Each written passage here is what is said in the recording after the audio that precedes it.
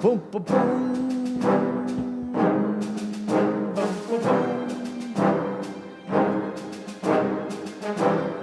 Speaking of Courage podcast.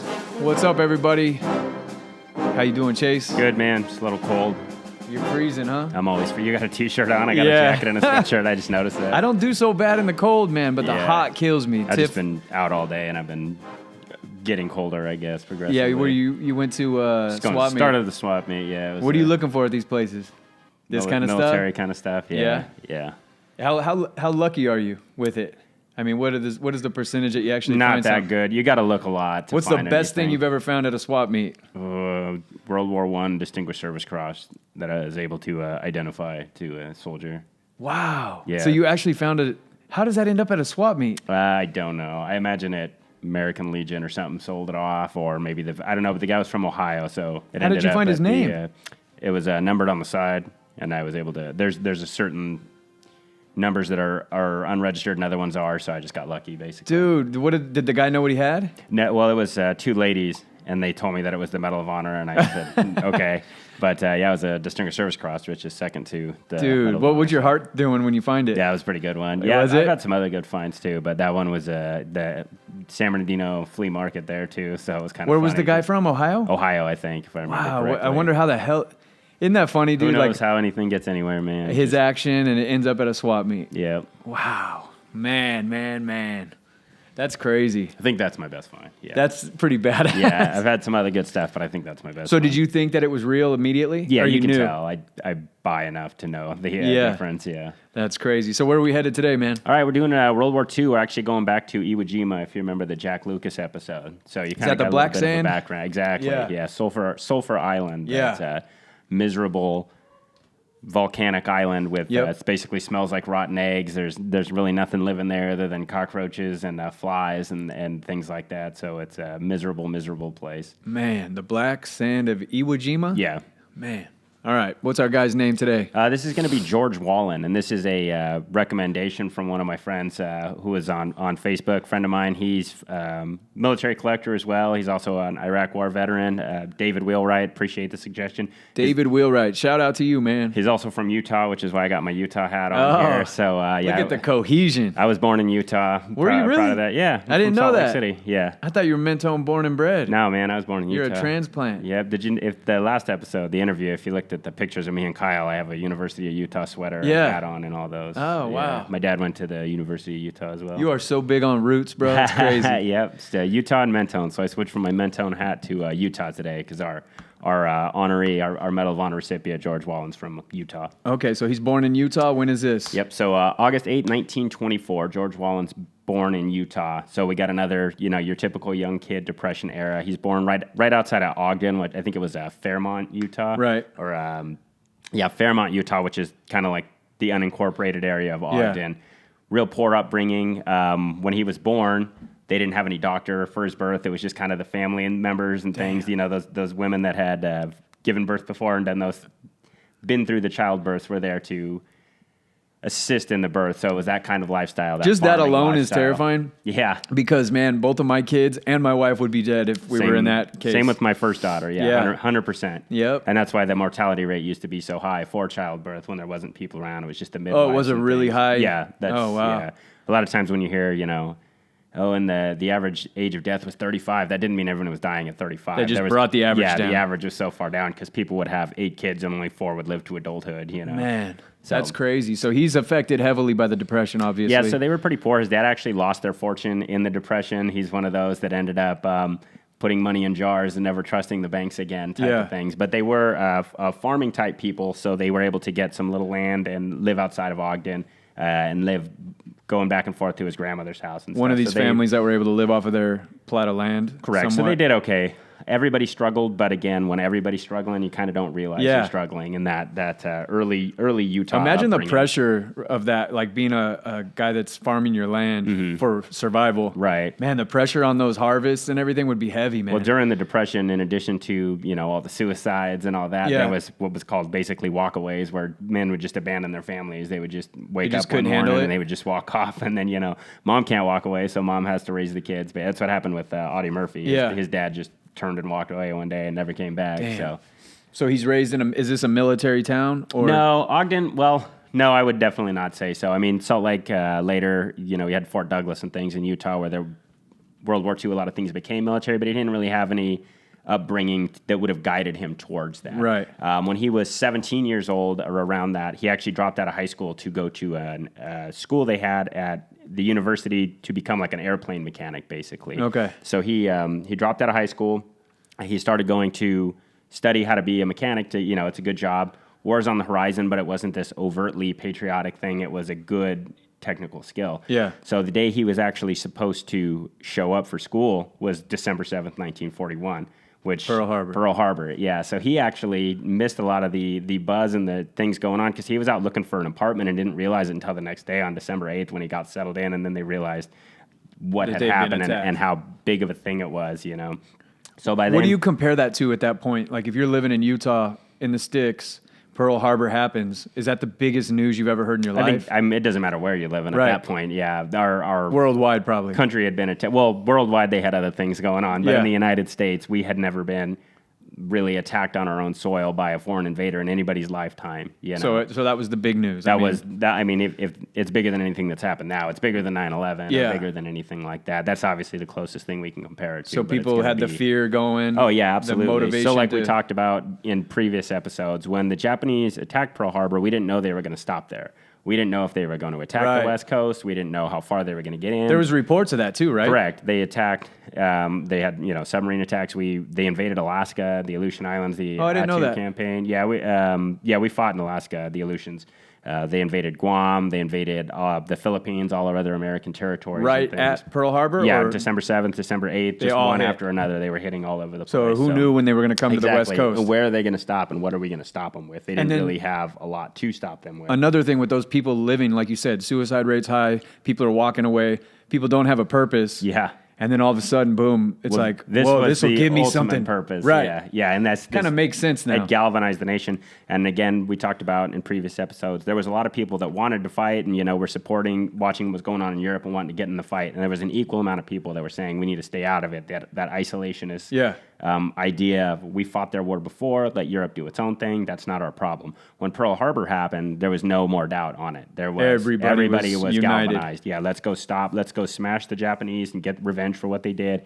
And then the Germans had declared war on us as well. So, okay, guess what? You're going to go down with them, basically. Yeah. So do you think in hindsight that they regret that action? I don't think the Japanese had a choice. Okay. I mean, I believe it was Yamamoto that said, I fear all we've done is awaken a sleeping dragon or a sleeping giant. I don't remember the exact quote right now. But for them to win the war with the United States, they had to knock us out quickly, which is what they were essentially That's what they were trying to do. They did a pretty So was good that job. like something that they wanted to hit us really, really hard to get us to back off? They wanted to cripple our fleet. Ability to wage war on them, which they almost did. They destroyed the whole Pacific fleet, or almost. Damn phone. I was trying to check my time. Oh, it's all good. So he's in Utah? Yeah, so he's in Utah. He ends up, I believe it was in Logan, Utah, where he's going to school to become an airplane mechanic. And because of the war, they ended up shortening the school. Get him out? Get him out, basically. We need these guys. And this is a civilian side of the job, basically. While he's there, some Air Force guys, Army Air Corps, came over and told everybody in the school, if you guys volunteer for the Air Force right now, we'll make you sergeants. You guys can go. Wow. So he wanted to do that, obviously. So he went home and asked his dad, and his dad basically said, I didn't let you quit school to go join the Air Force. You're going to finish this. So he did. He finished the airplane mechanic school, and he started working for the government as a civilian employee. And he, as 17, 18 years old, he was actually in charge of several guys, kind of like a crew chief in this job, doing mechanic stuff. 17, 18, by the time he graduates. Working on airplanes. Yeah. But by then the war's going, you're seeing your friends, you're seeing other people go. He's got that drive. He wants to actually fight. He wants to be a part of it. So he decides, he volunteers for the draft essentially, and then he wants to go. So he tries to join the Air Force, and they basically tell him, we don't have any spots right now. We're so he full. missed it. Yeah, so then they tell him, go join the Navy. They have aircraft. You can go do it over there. So he does. He ends up enlisting in the Navy in June 11th of 1943. So we're kind of midway in the war here. Started in what, 41? December 7th, 1941 was Pearl Harbor. Okay, so 42, it's popping off. Yeah. So we're well in by 43? Yeah, we're well in by 43. So he had a whole year to sit there and stew. Correct, and you're hearing, casualties from your hometowns and stuff, and you're getting all these so-and-so's neighbor's off to war, and then they got the telegram, and he's not coming back. So this is going to be all that the country is doing. And all of the time. badass men in your community are probably like, yeah, exactly. We're going. Like, right. It's the cool thing to do. You're going to have that big rush at the start, and then they're going to do the draft basically because too many people are joining. So you're going to be seeing people filtering away, and there's not going to be that many military-age males around even. So you're going to be seeing that as well. And what did America look like at that point? Because there's, like you said, there's not a lot of middle-aged men. So, well, it was again different places, different things. You have your the women are taking the men's place in war, or I mean, in these factories and stuff. That's what you get. That Rosie the Riveter. A lot of these women who've never left the home now they're using big power tools, and you have some of the older guys. So that was real stuff. That was happening. Absolutely, yeah, that's badass. And there was men too. If you were basically essential jobs, you couldn't be drafted. So if you worked for like at the shipyards and stuff like that, so those kind of guys would still be around. So there were people. Do you think there was shame in that at this time? Not for that. I think it's a little over idealized, and people look back, but their job was just as essential to be building these tanks. Oh, so that's a common theme that people think. Yeah, absolutely. Okay. Yeah, nobody wants to be. You might hear it from people, but the guys if the guys weren't building the ships in the shipyards or building the tanks or in the factories, because they're putting out, like you said, dude, with the Norton episode, how many planes were going down and how many people they were losing. They had to be putting out. We were the arsenal of democracy. We were also supplying England. We were supplying Russia. Really? And Lend-Lease. Yeah, all those places that didn't have the ability to make their own stuff, especially the Soviet Union. We were supplying all. So there were American tanks. women literally building the war machine back home. Yeah, that's awesome. Men and women, but I mean, but yeah, a lot of these factories were filled with women absolutely, too. Yeah, you can Google all the pictures. I'm sure you'll find some good ones of all those factories and the women eating their lunches and stuff. And they still have their families at home they have to take care of as well, So that made a hard woman. Exactly. Yeah, it was a hardy people, the whole society was. Everybody chipped in. Right. What a cool time. I mean, not for war, obviously, but what a cool... Well, war brings out the best and worst in people, and this is kind of again, Ford and Chevy, they weren't producing cars during the war years. They were just producing... Yeah, there's no you can't buy a new 1943 Chevy, whatever. Dude, that's true. I never knew that. But yeah, they're producing tanks and planes. So that everything shuts down, and it's a united front. Correct. Wow. For the most part. Yeah, I mean, I kind of knew that. Singer sewing machines are making weapons, and all these. And then so the government's paying those companies to do that. Yeah, okay. they're getting paid very well for it. Yeah, but and then like we talked about, people have their victory gardens, and people are don't take vacations because we need that rubber on your tires. So they're doing scrap drives and everything. Whoa. So all the countries what's a victory garden? So you don't you basically grow your own food, so you don't have to go to the store Lucky Strike cigarettes used to be green. Now they're red and white, I think it is, because they needed the green dye to go to the war effort. So so everything was going to everybody contributing. Contributing, yeah.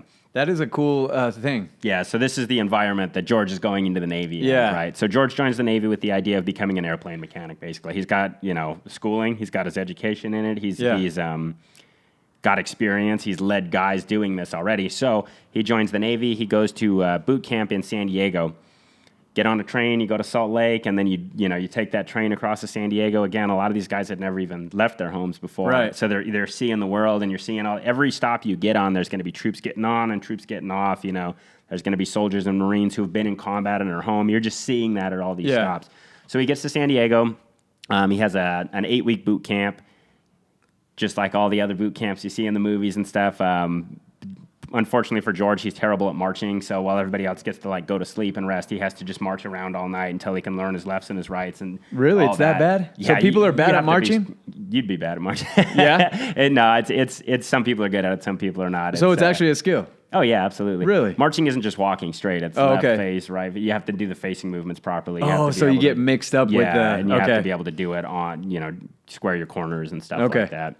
So after he graduates boot camp, with all his experience as a airplane mechanic, the Navy makes the decision, of course, to not do anything at all with aviation, and they make him a corpsman, which is like a medic or a pharmacist mate, Yeah. So he goes, and he's saying, he goes up and sees one of his superiors, and he says, hey, I'm not supposed to be a corpsman. I'm supposed to be an airplane mechanic. I have all this experience. So they tell him, if you go to the school and you do good and you show us that you can, apply and do well, we'll change your orders for you when you graduate, right? Okay. We'll make you an airplane mechanic. So, of course, that's not how things work.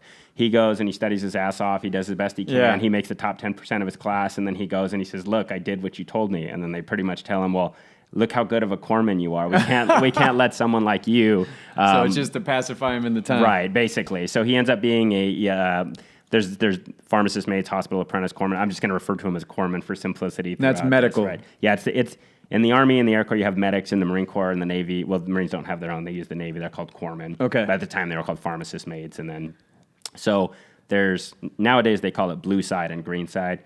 You can be a corpsman with the Navy, or you can be a corpsman where you're attached to Marines and you're basically living like a Marine medic. Yeah. So initially he's blue side. So he gets assigned to a hospital in San Diego, or in the San Diego area. He's working basically like a hospital steward. He's cleaning bedpans, guys that are taking care of guys that are pissing and stuff. And he wants to be in the fight. Well, he wants to be an airplane mechanic, but he's having to mop and do all those things. And while he's there, he's seeing some of these Marines, so he's talking to them, and they're telling him like, hey, you can be on the Marine side. And he's like, I never really thought about that. But he's getting more and more frustrated with mopping and cleaning bedpans. And then the other problem is there's civilian nurses there, the females that are bossing him around basically. And one day he's a little slow at something, and one of the nurse tries to get at him, and she goes, "You better do your job, or I'm gonna get you sent to the Marine Corps." So he tells her, "Lady, you're not doing anything to me. I'm doing it myself." So he walked right over and said, "I quit. I want to go to the Marines." So that's how he ends up getting assigned. He volunteers to be a corpsman for the Marine Corps. So now he's a Marine medic. Correct. Well, they wouldn't call themselves that, but for simplistic terms. Yeah, so he has to, you don't just get to be a Marine medic. He has to go to another 8-week training, a field medical training. Whereas, now, is this stuff he's already learned as a corpsman? Somewhat. So he's already learned the basics of medical, but now he's learning how to treat, catastrophic injuries, sucking chest wounds, put on tourniquets on exposed limbs and all these kind of things, how to combat casualty training, basically. He's also learning weapons. He's learning how to fire the 50 cals. He's learning how to fire the BARs. He's learning how to fire the pistols, ammo, and carbines, pretty much any weapon that he might end up in possession of. So he's because, like you said, the Marine, everybody knows how to use it. And if you're a corpsman with the Marines, you're going to be in the fight. So you very well could end up in an opportunity. Why is that with Marines, that Marines are so respected on that level where everybody is a...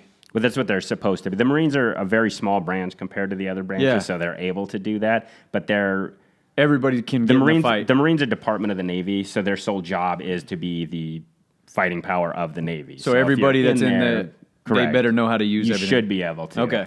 Doesn't always work that way. Yeah. But that's the idea, basically. And that's the reputation. Correct. Okay. So he ends up completing this. He does really well, just like he did in airplane mechanic school, just like he did in corpsman school. So he makes it through, and he ends up getting assigned to the 26th Marines, the 5th Marine Division, which is a new unit that's kind of made up of half veterans of these earlier campaigns. So there's going to be guys that were on Guadalcanal and Peleliu and all these other places, and then there's going to be new guys like him. So they're the war's still going. It's inevitable that you're going to end up in combat at some point. Get the experienced guys with the inexperienced guys. Correct. Yeah. So he gets thrown into a unit, and the platoon sergeant and everybody, they've already seen combat. So, you watch the movies and stuff, and you see all the training. Again, this is not theoretical training. This is you shall learn or you shall die. So you better figure it out. So as soon as he gets there, they send him on a 20-mile road march with these other guys. And road marches isn't just walking. It's you have your pack on your back, you have your uncomfortable shoes. Your feet are bleeding from walking. You're just barely trying to stay awake. So all these Marines are marching, and George is with them. But the corpsmen have the undesirable job of they have to take care of everybody as well. So when everybody else gets to stop and take a break and drink water, he has to go all the way back and up and down the line and check blisters and check all these things. So while they're doing a 20-mile road march, he's probably doing like a 25-mile road march in this. So he's probably kind of thinking, what the hell did I get myself into? I probably should have kept mopping and all that stuff. With the nurses. Right, yeah, but he didn't want to put up with the nurses. Yeah. So, they end up, this is the kind of training he's doing. He spends 6 months at Camp Pendleton, which, you've been down there, right? Yep. On July 12th, 1944, his unit gets an alert, basically, hey, we're getting activated, we're going to go. So this weird time, this is how this stuff, when you're in training, kind of like Lucas, you're just waiting and waiting for orders. So when they get alerted, it's basically like leave's canceled, come back now. No more writing letters, no more nothing. So you just say bye to your family real quick, and you have no idea where you're going. Because they can't tell anybody. Right, because they don't want anyone to know where they're going, because there's spies everywhere and stuff, yeah. So they end up getting on a ship. They think they're going to combat, but they end up in Hawaii. So they spend 6 days on the ship, those troop ships where guys are just stacked up, 6 high. People are throwing up over seasickness and stuff. And then they land in Hawaii, in Hilo, Hawaii. When you get to Hawaii, When we go to Hawaii, you think, oh, this is awesome. I'm going to go surfing. I'm going to go this and that.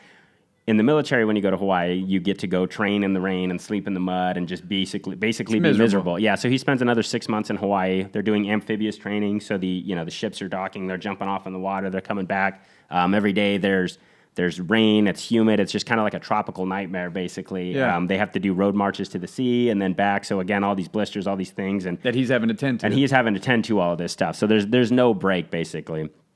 January of 1945, they get another alert, basically. Now we're going for real. They tell them, they get on these ships, and they're told they're going to Island X, as they call it, because, again, they don't want anyone to know. So it's just this mysterious island. So there's all these rumors. Everyone's trying to figure out, where is this going to be? What's going to happen? So obviously, as we talked about earlier, they're going to Iwo Jima, but they don't know that yet. Nobody knows what Iwo Jima is. Now, when they're on these ships, is their gun with them? Yeah, you have all your equipment. Yeah, all you're your gear's responsible with for you. everything. Yeah, so there's going to be there's 6 bunks high, and on those bunks you're going to have your rucksack or whatever you call it at the time, your rifle, your bayonet, all your equipment. You're responsible for all that. Okay. Gear. I'm just picturing it like as you're getting off, they're like, here's your rifle. No. It's not like that. No, your rifle's your rifle. You better take care of that damn thing. You're responsible for everything you have. Right. And if you lose something, that's going to be on you as well, basically. So they end up spending 45 days at sea in this misery, right? And this is that nasty food. You have to wait an hour in line for food. People are throwing up from Midwestern kids that have never been on the sea. Oh, yeah, absolutely. You're smelling each other because nobody's showering frequently. You're smelling that ocean air. You're smelling like the grease and everything down the hold because this isn't a cruise ship. It's not made for comfort. You're smelling, again, vomit and body odor and stuff. And you're a giant target. Right. And as a matter of fact, while they're going, they actually got a scare of a submarine attack. There were submarines in the area, and they thought they were going to get attacked. So what they ended up doing is they locked everybody in the hold. So everybody down below, they have to seal up the ship. So George is down there thinking, like, what the hell? Like, if we get hit, I'm dead. We're all dead. This is ridiculous. Why do they lock it? Because you got to water seal. Make everything watertight. So he after that, he said never again. So he started sleeping up on deck, and he convinced some other people, hey, I'm a medic or I'm a corpsman. If something happens, I'd be better off up there. So he gets out of having to be locked down. That would be terrifying, dude. Yeah, that would not be cool. But just the smell alone, if you can picture that. And again, just tight that space. hive If you're of claustrophobic. Humanity. Yeah, and if your buddy stinks, which they do because they're Marines and they're sleeping on these bunks and stuff. So anyways, after 45 days at sea, they end up on January 29th. They get close enough and they tell them, we're going to Iwo Jima. And they have the Does that have a reputation at this point? Nobody knows what it is. Okay. It's this funny little island that's shaped like a pork chop. So they're on deck and they're looking at all the places. They're going over their drills. This unit's going to land here. This unit's going to land there. No one's ever heard of it. Even the high command, for the most part, had never heard of it. So they're like, whatever. Yeah. To us, it meant nothing. It was just another stupid island. But to Japan, it was actually part of Japan. Yes. Their inner Before sphere. the mainland. So this is huge. Yeah, this is huge to Japan. And we talked about it before. This is that midway between basically where we hold and the island of Japan. It's going to be an emergency and the Japanese stop. are ready. Correct. They're ready. They've been, I think it's General Kurabayashi was in charge. They knew they were going to die. Their whole goal was to kill 10 Americans for every one Japanese, to stall us as long as we could, and to deplete our forces so we couldn't attack the mainland. Wow. They're ready, willing, and knowing they're going to die. This is all they've been waiting for. There's no survival expectation. Correct. The island, I think, is 8 square miles, and it had something like 15 to 20 square miles of tunnels dug beneath and below it. We have a mutual friend, too, that talks about people that are okay with dying, that aren't trying to survive, are way more difficult to kill. They don't stop when they're... Do you know what I mean? Do you know who I'm talking about? The guy that teaches at you know him. Anyway, he was somebody that was involved in a shooting. He shot somebody that was was willing to die. Yeah. Walked through the bullets right at him and went to execute him. And he was just like, it was such a different thing. Right, that mindset. Yes. Of if you're not trying to survive, you can create a lot more. Right. I mean, Yes. 9/11, right? If they were trying to get out of there alive, they would have never been able to do anything. Right. It's just, it's that mindset, and that's what the Japanese military was throughout the war. Was that? That's a berserker. Yeah.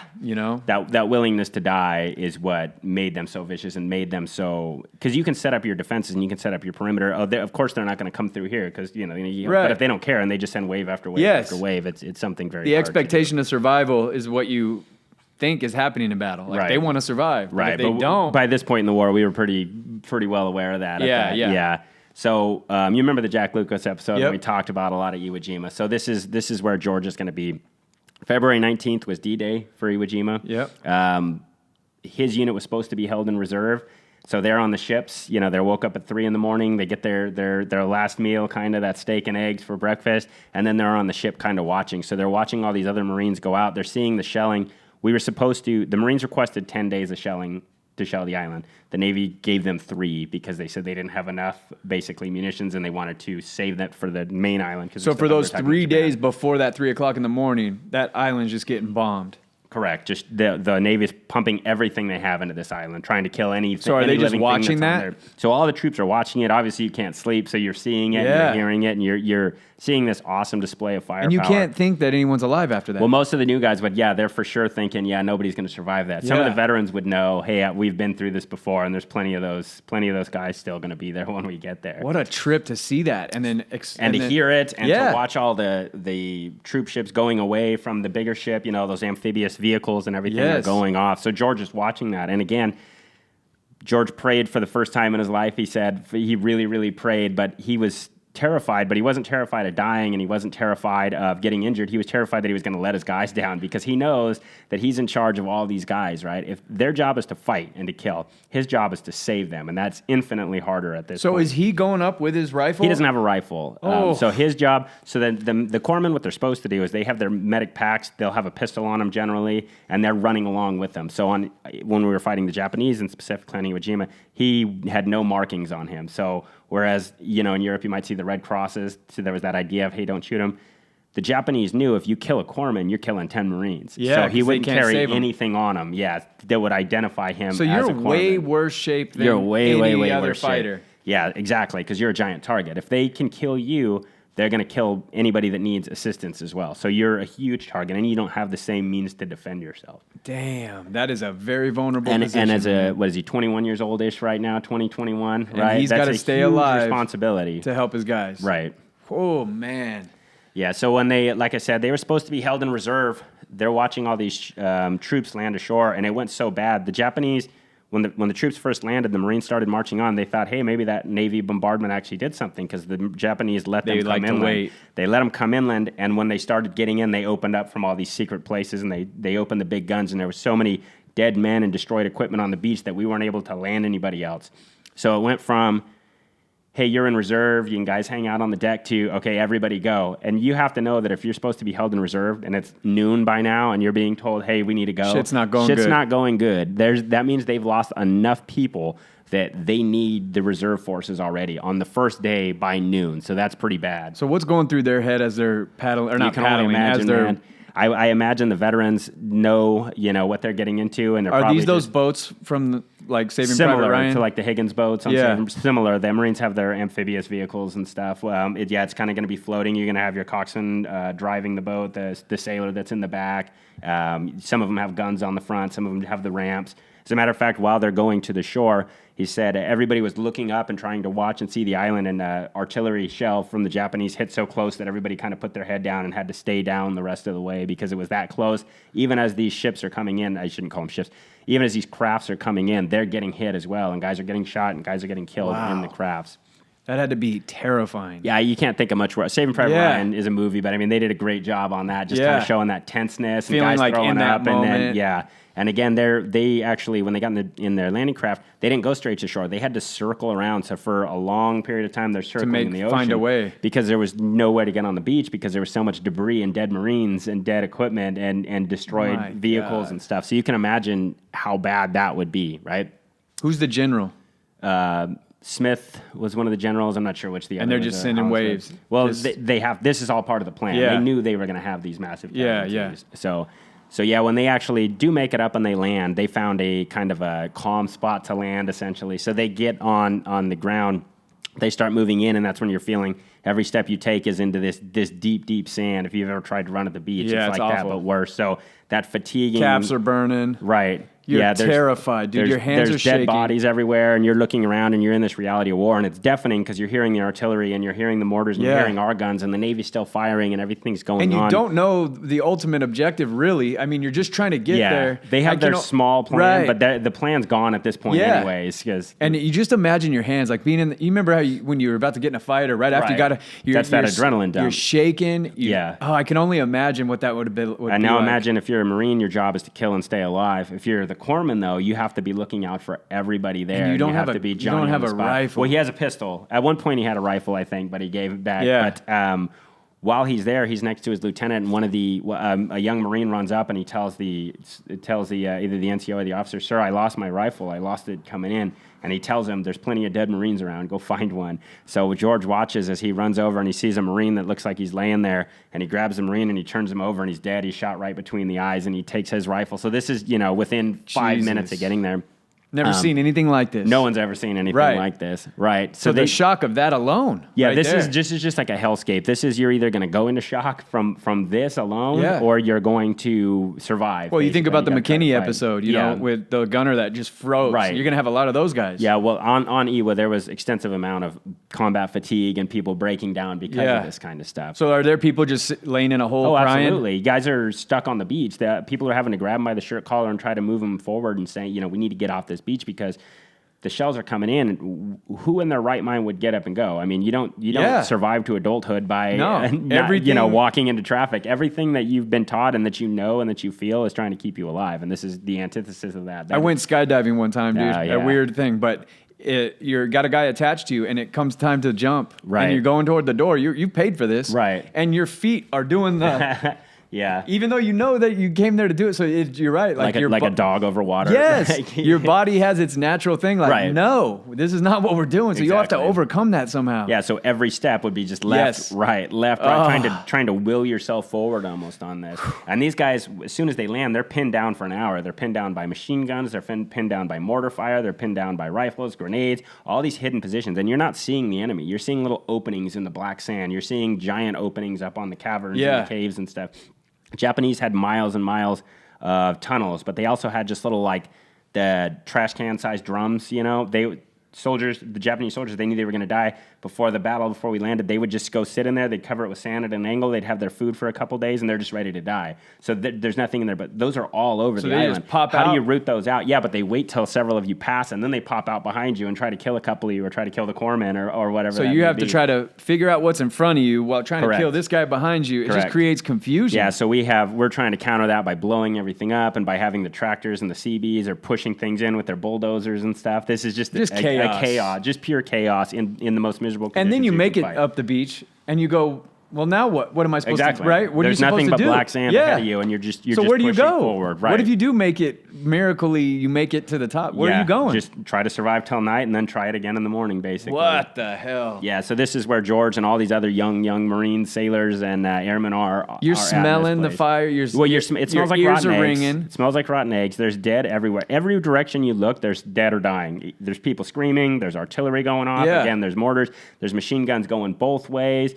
You're seeing ruined equipment. As a matter of fact, George and his guys, they start moving forward. They're finally advancing. And then he saw a group of Marines huddled around a dead Marine, which is a little bit odd because for the most part, everyone's just bypassing these. But it was actually John Basilone. Have you ever heard of John Basilone? He earned the Medal of Honor on Guadalcanal. And they sent him on a war bonds tour, and he was uncomfortable being a celebrity, and he wanted to be back in the fight, so he volunteered to go back, and he was killed on Iwo Jima. And when they passed his body, they knew who he was, so everybody stopped and was like, this is real. This is real. This Medal of Honor, and he earned the Navy Cross when he was killed, too. He's just, this heroic lion of a man is laying there dead. If he died, what the hell chance do I have to go? So he survives to the night. They start digging their foxholes, and you're feeling the warmth of that sulfur coming out. And again, like we talked about in the Lucas episode, the Marines, our side, they were told to stay put because they know the Japanese are going to be trying to infiltrate at night. So if you're moving, you can get shot. So he's laying there at night trying to fall asleep, and you're seeing the explosions going off, and you're seeing tracers go over your head, and you're just kind of laying there. And how many soldiers got killed by friendly fire? There'd be a good amount. Yeah, I would imagine so. There always is, and it's kind of you almost expected. don't want to advance too far alone, right? Well, yeah, you definitely can't be out. If we're launching mortar attacks or things like that on our side, you can't get too far ahead. You need to pay attention to where everybody is. But there's going to be a bit of crossfire, and there's going to be a bit of those things. And then at night, again, he's laying there, and he's hearing all these things. He's also hearing Japanese that are trying to infiltrate, and he's hearing the sounds of his guys killing them and them screaming. So he's hearing American voices scream, and he's hearing Japanese. And you think it's the worst possible scenario. it's literally hell at this point. Yeah. And you think of the war in the Pacific. A lot of times you think Europe's cold and Japan, or the war in the Pacific was so hot and things. On Iwo Jima, the rain started falling down. So these guys are kind of shivering in the rain, and that black sand turned into this grit, and it's getting into everybody's weapons, and it's getting into your crevices and where you're trying to sleep. And this is just day one, right? During the night, he finally drifts off to sleep, and then he hears what sounds like a thump next to his foxhole, and he doesn't realize what it was. He woke up in the morning; it was a grenade that had landed there, and the shrapnel had just missed him. So just by the grace of God, he got lucky and was able to survive that. In the morning, you've only been there one day in this hell. Then they tell you, "Hey, we're moving out. We're pushing north." Right. So as they start moving forward, they start getting mortared immediately because the Japanese know where you are and they know where you're coming, and they're going to have all this. They know this out. Island by the back of their hand. So they're moving forward. Yeah, they're determined to die there, and they've just been waiting for you. So you're having to move through this mortar fire. And mortars sound scarier than they are because they're just loud, and you hear the thump, and then you hear them coming back, and then there's these explosions, and his lieutenant who's leading everybody forward. He starts, come on, guys, let's go. And immediately he's shot in the chest by a sniper and goes down. So George, this is kind of his first action. Jeez. He's been wondering what he can do. George runs up. He immediately assesses him. He realizes he has that sucking chest wound. He starts doing the bandaging. While he's doing this, though, the firing's not stopped. So this young George Wahlen's putting a bandage on top of a lieutenant. This lieutenant's in charge of this unit. It's this huge responsibility George now has, and he's trying to do everything he can to keep this guy alive. He drags him off the trail, but unfortunately he ended up dying, that lieutenant. But this was George's kind of his first at-bat, and he realized he knows what he's doing and he can do it. Yeah. He did the best he could. And this is your leader. Right. But George was able to step up. He was able to bandage him under fire. He wasn't afraid of the guns going off. It might have helped to have that focus, right? Yeah, in absolutely. That situation. Well, when this is his drive, something that's familiar. You're almost waiting for your turn, and then you go, because he's not putting rounds down. And as long as you're focused on that wound, right, you can kind of get out of that fight. And the Marines are seeing this, and they're going to come to depend on these corpsmen, right? Because when you're scared and you're down and you see someone get wounded, and you think, oh God, nobody can help him, and you see this corpsman jump up and run over there, you go, okay, cool. That's this just a little bit of confidence, right? That's like angel on the battlefield. Yes. Again, during the platoon sergeant had to take over because the lieutenant was shot in the chest. So they're dealing with all these things. Night comes again, and that terrifying night, you're trying to take turns sleeping. You're up 2 hours, I'm up 2 hours, going back and forth. The Japanese were so crafty, they would hear the Americans yelling, "Corpsman, corpsman," so they started imitating it. So they would yell out, "Corpsman, corpsman," and people would jump and try to go run, and then they would try to kill them in the middle of the night and stuff. So they're having to listen to, their whole focus in life is to kill at this point. So on D-Day +3, on the third day he's there, his platoon sergeant who's taken charge, he's a combat veteran, he's a big hulking guy, he's moving forward. They're advancing. We're trying to just take this island inch by inch. As they're going, an artillery shell lands behind the platoon sergeant, throws his body up in the air. It blows one of his legs off. It blows part of his face off. He's laying there bleeding, just kind of a wreck of a human being. His hand's gone. So again, George runs under fire. The artillery's still going off. The mortars are still going off. He's able to put a tourniquet on this big 200-pound guy and drag him off the trail. He gives him the morphine. As soon as he grabs him to treat him, he can see where his leg was severed, and it's still smoldering like on fire. There's just this black volcanic ash is covering the wounds, but George doesn't have time to be scared or to be sympathetic, so he just gives him that shot of morphine. He puts that tourniquet on, and he saves his life. He drags him off the trail. And that platoon sergeant actually ended up living. He's ended up surviving, missing the leg, missing his hand, and missing part of his face, basically. But because George was there treating him, his unit has moved on. They've pushed forward, so now he finds himself alone, right? Which is not where you want to be. Yeah. So he charges forward, and he's running around kind of looking where to go, and he sees a Marine with a flamethrower. So he jumps up next to him to ask, like, hey, have you seen my unit? Have you seen my platoon? And as he's talking to him, two Japanese soldiers advance and charge, and the flamethrower stands up, and he lights him up with the flamethrower. So George is watching these two Japanese burn to death, basically, and they're after they get hit with the flamethrower, they're still advancing, trying to kill until they crumple into the ground and die in basically a ball of flame. Jesus. So hearing their screams and listening to them literally trial by fire, man. Exactly. He is going through it. Again, this is like a video game nightmare almost, just advancing. What's your body? So you've been there for a day and a half or whatever it is. He's been there 3 days, but now very, very little sleep. Right. You're just eating the crappy food. You're probably not even at a 10 anymore. You're probably just numb. And your feet hurt. You're miserable. Your nerves are you're over. Sandy and gritty. You're cold, even though it's, again, this volcanic island. You're still feeling the cold. So he has to run, try to catch up to his platoon. So he's trying to catch up to him. He's dodging sniper fire. They're shooting at him because they know he's a corpsman. When he finally gets up there, he sees a wounded Marine. As he's moving along, he's just seeing people dead and dying. So he sees a Marine and he runs up to him and he looks at him and he opens up his jacket and the Marine's intestines are hanging out basically, and he's screaming for his mom. So George has to get the sulfa powder and George has to get the wet bandages. And while he's getting shot at by sniper fire, he's covering this guy up. He's bandaging his stomach up. And again, he's bandages him the best he can. He grabs him under the shoulders. He drags him to safety. And then he takes care of, as he does that, he sees other wounded Marines. So he ends up spending 3 hours just going from wounded Marine to wounded Marine to wounded Marine. And some of these guys have had legs blown off. Some of these guys are shot. Some of these guys are, they're incoherent. Some of them are unconscious. And for 3 hours, he's just treating these terrible wounds, right? At the conclusion of the 3 hours, he moves forward. And then this island is just littered with wounded and dead. So he's detached from his unit. So he's just going from person to person, basically treating people. How is he keeping the gear? Well, he's going back for supplies. Okay. Right? And there's a couple incidents where he talked about that, where him and another corpsman got in an argument. Hey, go back for supplies. I'm not going. You go, because you're going to get killed if you move. But they carry a good amount of stuff on them, and then the Marines themselves are going to carry their own stuff. Where are they getting the gear from? This would have been issued to them long before they even left the ship. Like we were talking about with your rifles and your equipment and stuff. So it's somewhere on the beach? Yeah, there's stuff on the beach, but there's stuff on you too. So like even today, but once he runs out, right? But even today, I don't carry I carry a tourniquet. It's not for me. I mean, so it's not for you. So it's for every me. soldier so has one. Every Marine's gonna have their own little bit of stuff, and then he's gonna have his bags and everything that he's carrying. While he's advancing, an American tank is pushing forward, and we talked about friendly fire. The tank killed some Americans and wounded some Americans, so he's seeing that as well. He's having to deal with that. He finally catches up to his platoon, though, by the end of the night, and when they see him, they've been fighting and they've been going through this, but they see him now. He's covered with the blood and the gore of 3+ hours of treating all these wounded guys, so they're just seeing him. So he finally beds down for the night. During the night, again, there's snipers firing, there's supplies are getting low, everything is just, the food's going down, the ammo's going down. How are they getting reinforced? It's coming from the ship. It's landing on the beach, and then the guys are having to go back and forth and get it, basically. And they have trucks and they have stuff moving shit like on. that. Yeah, and it was only predicted that it was going to take 5 days to take this island. And it took by now 36, I believe. Yeah. By now we're on day 4. Day 4, they spend that miserable night again. The people are exhausted. They have that battle fatigue, and then this is that famous moment in the battle where you look up on Mount Suribachi and that flag goes up on Mount Suribachi. That flag raising, that famous moment.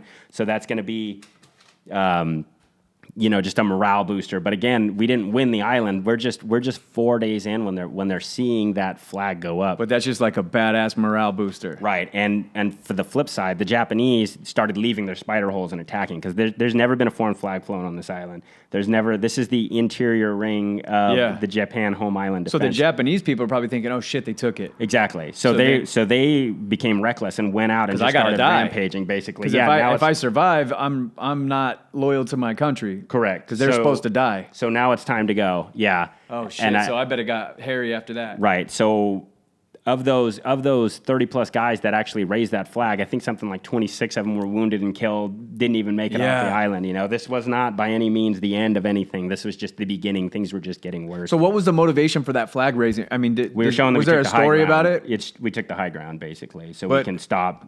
Was that talked about? Like, we need to get to that mountain to raise that's it? Just standard. Or is it just... it is? They let a patrol up, and they... so that was the job. Yeah, there's extensive movies and books on this. Okay. They raised the first flag, and then that wasn't seen. They wanted a bigger one that they could see from shore. When they raised the second one, that's where Joe Rosenthal captured the picture. Okay. It was up there. So that was a strategic thing? Somewhat, yeah. It wasn't like a bunch of guys going, hey, let's put a flag up there? No, they were sent up there on a detail, and we had taken, for the most part, the hill. But again, these Japanese are in their spider holes and stuff. So... Does he witness that? He did. He saw the first flag go up. Can you imagine being a guy that witnessed that? Well, that's what they said. All the ships at sea and everybody that could see it, they're blowing their horns, they're spraying their water. Well, Lucas witnessed it off the ship, right? He witnessed it. Yeah, Lucas has already, at this point, jumped on 2 grenades. Guys, you're witnessing hero shit everywhere on this island. Right, and they wouldn't have known the significance of it. They would have no idea that it got captured on photograph and film, hindsight, and that it would have been anything. But to them, it's just something that they can see, and you're pushing forward for 4 days. You're pushing through all this misery, and you don't know if your boys are up there, right? And all of a sudden, you look, you go, feel like you're losing because you're just seeing death and destruction everywhere. But at least this is one positive note where you can look and say, okay. I can almost envision how cool that would feel to go, oh shit, we think we're down here getting our asses kicked. Right. Our boys are up there. Holy crap, Right.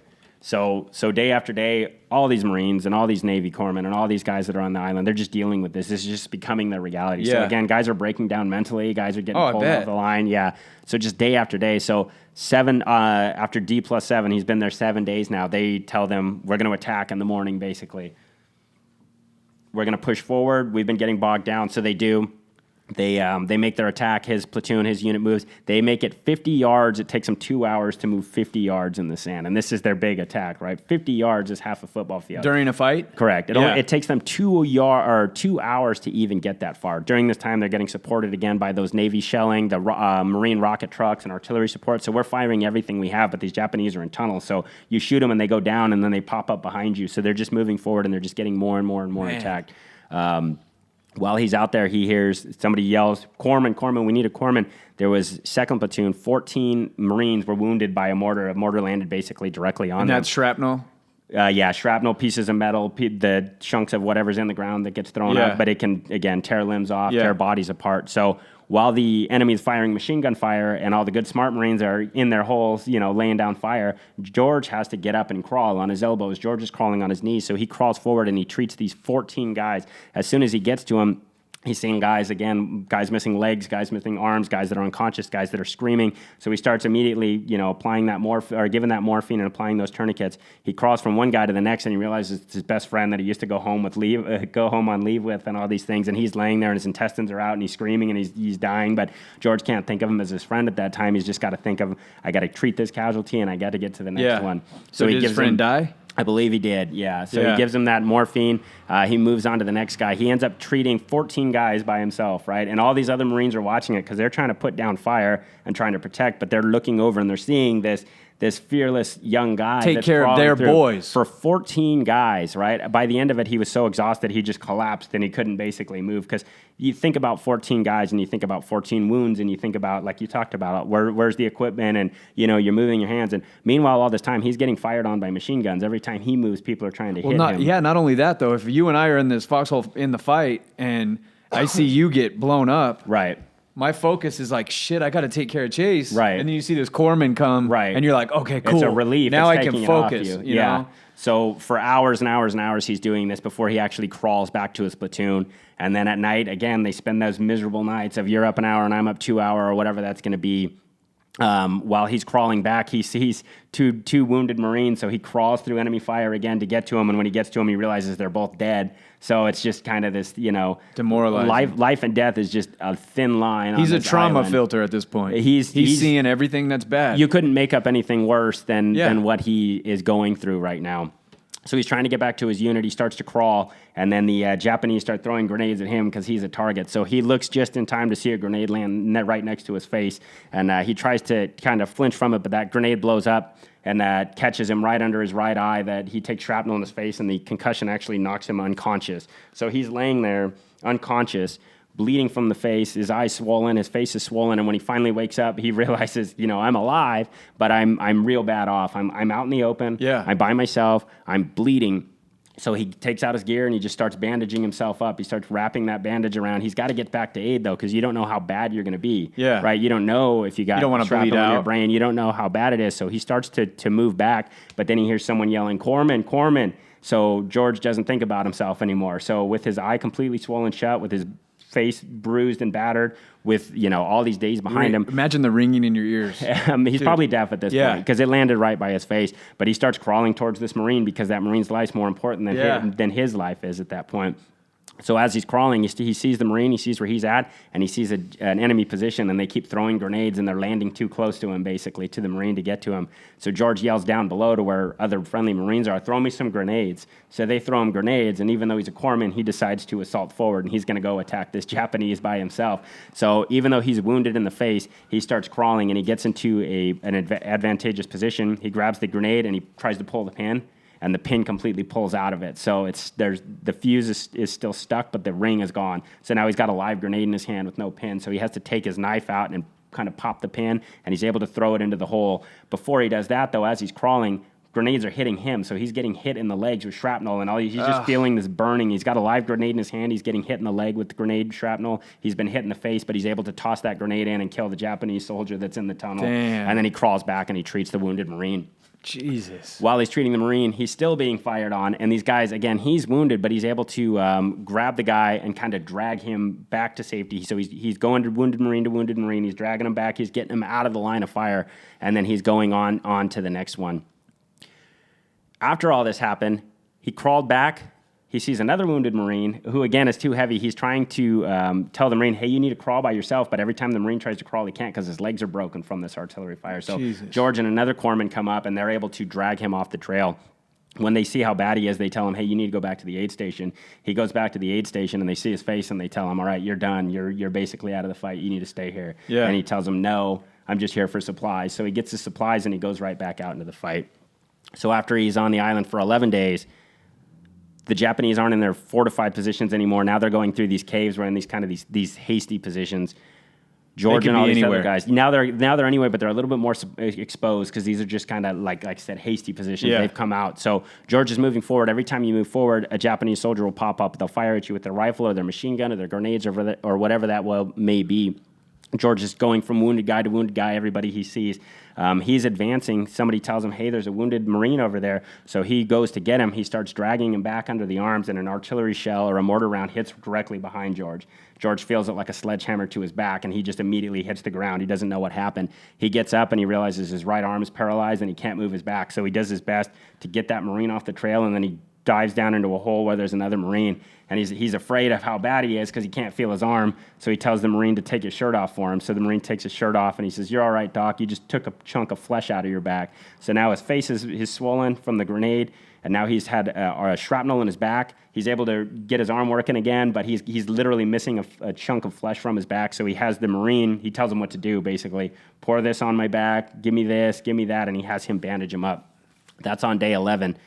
On day 12, he's moving forward again, even though he's been wounded twice, and he should, by all accounts, be off of this island. He's not going to go anywhere because he knows these guys need him. So he feels a huge purpose at this point. Absolutely. He knows that he's effective. And he's just operating under what he's trained to do. His job's a corpsman, so he's going to do his job. Man. So he's moving. Every time he's with his unit and he hears someone yell corpsman or hears someone crying for help, he runs over towards him. So he treats a wounded Marine who's been hit by machine gun fire. All these guys were caught in the open, so he ends up treating these guys that have been hit by machine gun fire. You know, you have multiple wounds, you're trying to keep them alive, you're trying to patch these people up, and then he gets told, hey, there's these Marines up ahead. There's 5 Marines. They were in a foxhole, and the foxhole directly got hit, so he has to get to them. So even though there's machine gun going off, there's mortar fire, George gets up and he runs forward.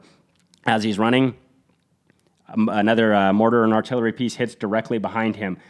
He sees the Marines get hit. He sees another group of Marines. They get hit. He watches the bodies fly, so he realizes, I got to get to him. So he tries to stand up, and he immediately falls back down. He doesn't know why, and he looks down at his leg, and his leg is basically hanging off. He looks down, and his leg's broken just above the ankle by a piece of shrapnel. He's able to peel the boot off and see that he's missing part of his foot, and he can barely move. So the day before he was hitting the right shoulder, his shoulder and his arm is basically paralyzed. He's been hit in the face days before that. Now his ankle is broken, and he's missing part of his foot, essentially. But these guys are still ahead of him, and they're crying. So rather than laying there and giving up, he crawls because he can't walk. He can't stand up. When he tries to stand up, his body can't support his weight, so he crawls. He crawls forward, and he gets to this position where there's these 5 wounded guys, and he goes to work. So again, imagine yourself as this wounded Marine, and you look over, and this Navy corpsman who's just covered in blood and muck from 11 days of fighting, 12 days of fighting, plus now he looks clearly like grievously wounded, and he can't even see because his right eye is just and he's closed. Just doing work. And then he just starts putting in work. So he starts treating these guys. While he's doing this, these mortars are going off. And again, Marines are seeing this, right? And he's going from Marine to Marine, and he's basically saving their life. Despite his wounds, despite anything that's wrong with him, he's putting them before him, and he's treating them. When another corpsman comes to assist, he kind of sees what he's done, and he's like, oh my God. And he tells him, George, stay here. Your fight's over. Like, just stay here. And George kind of nods, and he finally realizes, like, I can't do anymore. Right. I'm done. But he hears another man screaming, right? So now that his legs broke, his legs shattered, his back's wounded, and his face is wounded, he crawls 50 meters under fire, 50 yards, correction. He starts crawling on his shoulders. He's trying to keep his own leg up so it doesn't get black sand in it, so it doesn't get infected. He's every step he takes is hurting, every crawl, but he crawls 50 yards through fire, and he gets to the Marine, and he's able to treat him and drag him off the trail as well, and then he waits there. Eventually, him and the Marine are able to inch their way back to friendly lines after he's treated them. Jeez. And then he's finally out of the fight. So he fought for 13 days on Iwo Jima, and he received 3 serious wounds. He had they bandaged his leg and put a splint on him, and they rushed him to safety, basically. He ended up spending 9 months in recovery like a lot of these other guys do. So he was severely injured. Again, he got hit in the back by artillery or a mortar. We don't know which it was. He got his ankle shattered by the force of the blow, with addition to what happened to his foot. He took shrapnel to the face from a grenade. Yeah, but 9 months of recovery. 9 months of recovery. That's and no he ended up almost lost his leg. So they took him on ship. They started treating him. They put him on a cast, and it's not working well. They ended up sending him to Guam. While he's in Guam, he's in the hospital, and he looks over and he sees that platoon sergeant he saved that was missing his leg and his hand and stuff. And the platoon sergeant kind of tells him, like, "Hey, George, like, I heard about you, And he's like, "What do you mean?" And he's like, "I'm getting these letters from the guys in the unit, and they're telling us what you meant to them and stuff. That you were this inspiration." And anybody that went down, they knew George would be there, basically, and they kept seeing him. So George is like, "Wow, I wonder who wrote that." But meanwhile, his own leg is infected, and it's getting bad. So they're putting this cast on him, and it's hard for him to walk. He's trying to crutch around and stuff, and he can't. And then he finally begs them, take the cast off, and they take it off, and his leg's completely black. So they have to send him to Oakland and then to San Diego and all these other places to get treatment. And they ended up saving his leg, and he was mobile after that. Wow, man. But yeah, he stayed in the hospital, like we said, for 9 months. So he was actually there when the war ended. He was on leave from the hospital. He came back, and then it was that VJ Day, that celebration. While he came back, too, they were waiting for him with 2 Navy Crosses, which is second to the Medal of Honor. Kind of his story had caught up to him, so, they gave him the Two Navy Crosses? Yeah, 2 Navy Crosses, because there's so many separate actions he was doing. So these guys are putting him in for this action and for that action. A couple months later, he gets word, "Hey, you need to go to Washington, D.C., but they don't tell him why. Yeah. So it turns out his Navy Crosses were upgraded to the Medal of Honor, but he didn't know that. He thought he was just going for like a war drive or something. Yeah. So he ended up being late. He just kind of gets there when he gets there, and the sailor that's in charge is yelling at him, like, where have you been? And he goes, "What do you mean?" He goes, "Don't you know you're getting the Medal of Honor?" So he had no idea. So they end up, President Truman awards him the Medal of Honor, as he always does. He actually said something different this time. Did he? Yeah, he said... They're like, "Truman. Yeah, like, knock it off. Come on, bro. Dude. We need a new one. You need some original material. Yeah, come on. It's played out, bro. Yeah. So he said something to the effect of, "It sure is nice to see a pill pusher up here for once." Mainly because Truman was a soldier. He was an artilleryman in World War I. So he recognized the value of these medics and these corpsmen, and he was saying, "Dude, how important are they?" Oh yeah, they're beloved. The lifeblood. Yeah, absolutely. Jesus, how many lives did he save? You could never know. You could never know, and all these guys, and that's the thing is they're hearing these stories, and the other corpsmen are telling things, and these Marines, and a lot of these Marines, if you're grievously wounded, you're not going to know who the hell treated you. So who knows? And 13 days. Dude, of if you traveling guy you had 3 stories come back. That means there's 30. Right, exactly. And because what about the guys that died that you got to that didn't, obviously didn't report, or guys that had no idea what happened, or guys that were unconscious, that were and all those concussed, things. that wouldn't even remember the battle. Right.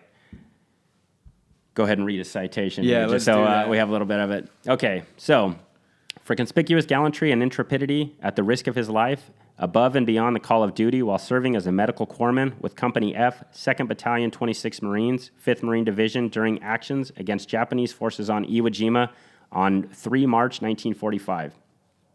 Painfully wounded in the bitter action on 26 February, pharmacist mate 2nd Class Wahlen remained on the battlefield, advancing well forward of the front lines to aid a wounded Marine and carrying him back to safety despite a terrific concentration of fire. Tireless in his ministrations, he constantly disregarded all danger to attend to his fighting comrades as they fell under the devastating rain of shrapnel and bullets, and rendered prompt assistance to the various elements of his combat group as required. When an adjacent platoon suffered heavy casualties, he defied his continuous pounding of heavy mortars and deadly fire of enemy rifles to care for the wounded. Excuse me. I lost my spot. It's all good. Working rapidly in an area swept by constant fire and treating 14 casualties before returning to his own platoon. Now, casualty is not necessarily wounded a or death. killed, Okay. yeah. Wounded again on 2nd March, he gallantly refused evacuation, moving out with his company the following day in a furious assault across 600 yards of open terrain and repeatedly rendering medical aid while exposed to the blasting fury of the powerful Japanese guns. Stout-hearted and indomitable, he persevered in his determined efforts as his unit waged fierce battle and, unable to walk after sustaining a 3rd agonizing wound, resolutely crawled 50 yards to administer first aid to still another fallen fighter. By his dauntless fortitude and valor, Pharmacist Mate 2nd Class Wahlen served as a constant inspiration and contributed vitally to the high morale of his company during critical phase of the strategically important engagement. His heroic spirit of self-sacrifice in the face of overwhelming enemy fire upheld the highest traditions of the U.S. Naval Service. What a cool story, man. That's just a whole nother level of bravery. You don't have you know what I mean? You're not necessarily the one with the rifle in your hand. You got to face. It takes even more. It's easier to be able to push back. And Iwo Jima, again, we said was something like 36 days. We had 6,821 Americans killed in action, not just in 30-some days. Killed in action, yeah, and a good chunk of those. You say 6,000 plus? 6,821. And of the Japanese, there was 21,000 Japanese on the island, and we killed all but several hundred of them were taken prisoner, and a lot of those were Korean laborers. So most of those guys died, So just the ferocity of this battle. Hundreds per day. 6,800 men, Americans alone, on an 8-square-mile island. So just think of how many yards per death that is if somebody actually took the time to factor that out. That's hundreds per day, man. That's piles. Oh yeah, there was thousands of wounded. And that's per day not even on the first day. That's not considering enemy. Exactly, and that's not considering all the other miseries and things that you're dealing with. It's just literally a hellscape. And again, there's no redeeming quality to Iwo Jima. There's no there's this beautiful this or the jungle or that. It's just a sulfuric island that smells like rotten eggs, and there's very little vegetation on it. There's cockroaches, there's flies, and there's death, and that's about it. And then there's our flag and our men. And right, that's what it comes down to. Man. What a crazy hero, dude. Yeah, so George ended up, he got out, he went to school. In 1948, he joined the Army. He became an officer. He served a tour during the Korean War. He went to Japan. He ended up staying in. He did a tour in Vietnam. He was in Vietnam during the Tet Offensive, having to sleep in the bunkers and things, because even though he was an administrative specialist at that time, the whole country was at war. So, yeah, he ended up being a 3-war veteran. Married, had, I believe, 5 children, active part of the LDS Church in Utah, and he worked for the VA for 14 years until he died of cancer in, I believe, 2009, I believe. Wow. So, good long life. What a life, man. Yeah. That is crazy. Yeah, nice to have a Navy corpsman up here, so it mix it up a little bit. That was awesome. Yeah, so. Good story, George Wahlen. George Wahlen. Utah. Yeah. Got a little bit of a... For all the Utah folk out there. Yeah. Good one, man. Yeah. All right. Yeah, questions, comments, concerns in the comments section. You guys have any suggestions for guys you want us to highlight? Let us know. If you're in the military and you'd like to talk about your story, we'd love to have you on, phone or in person.